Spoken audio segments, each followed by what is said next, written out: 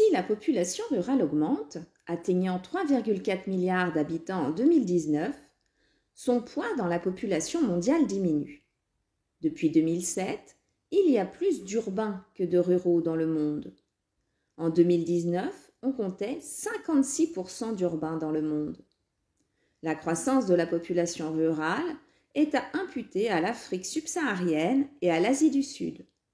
En effet, dans les pays développés et les pays émergents, la population rurale diminue. Les régions les plus développées ont une très faible part de leur population active travaillant dans l'agriculture, inférieure à 5%, grâce à une modernisation de l'agriculture, reposant sur une très forte mécanisation. Dans les pays dits du Sud, les agriculteurs occupent une part plus importante de la population, celle-ci atteignant jusqu'à 70% dans les pays les moins avancés. Ce poids de l'agriculture dans le PIB des pays rejoint leur niveau de développement.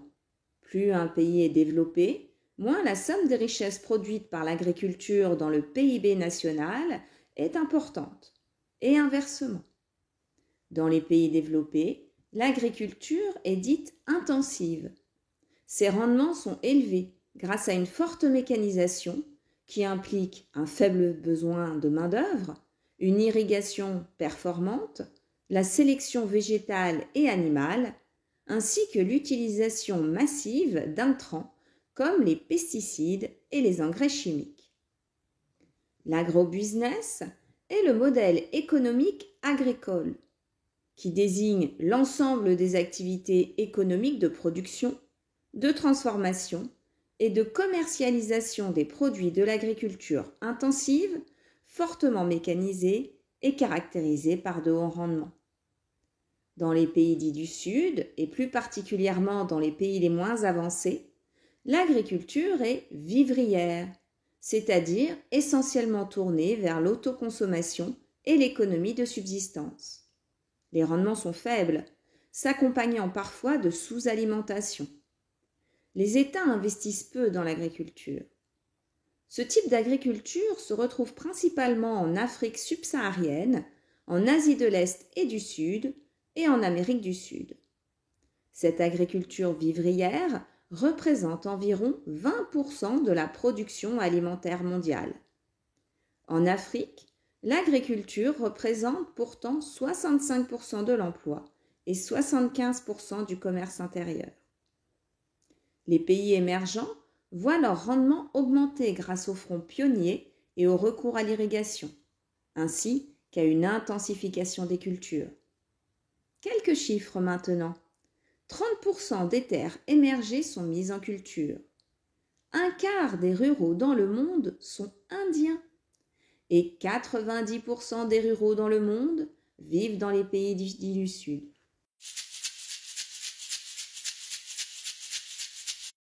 Face à l'augmentation prévisible de la population mondiale, qui devrait atteindre 9,5 milliards d'habitants en 2050, il est nécessaire d'augmenter la production agricole de 70%. L'enjeu sera de produire tout en répondant aux exigences du développement durable.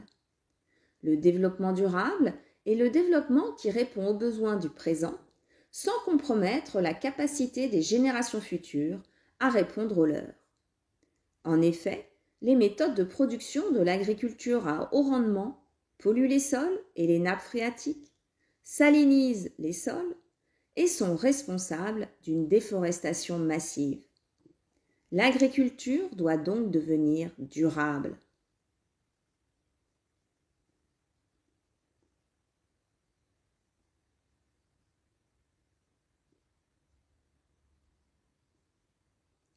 D'autant plus que face aux différents scandales alimentaires, les consommateurs sont à la recherche de produits plus sûrs.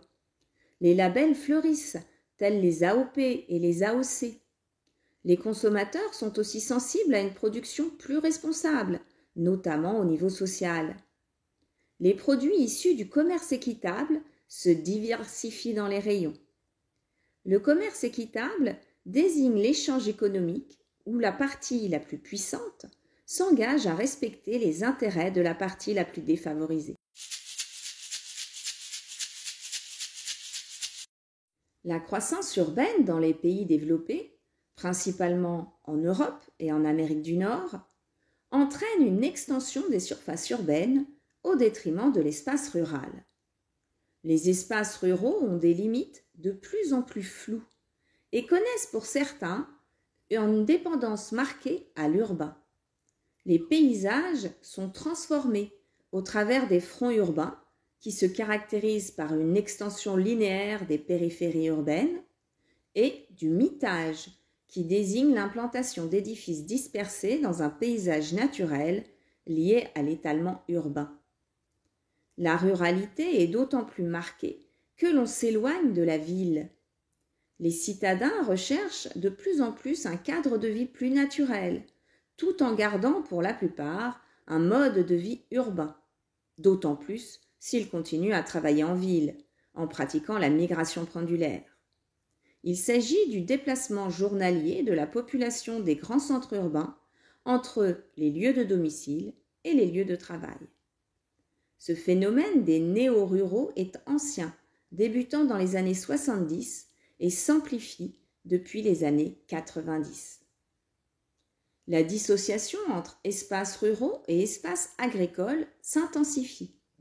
Aujourd'hui, on note une affirmation non agricole des espaces ruraux et une multifonctionnalité.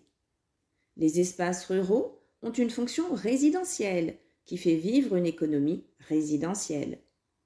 Les pays dits du Nord constatent d'ailleurs une renaissance rurale depuis les années 2000.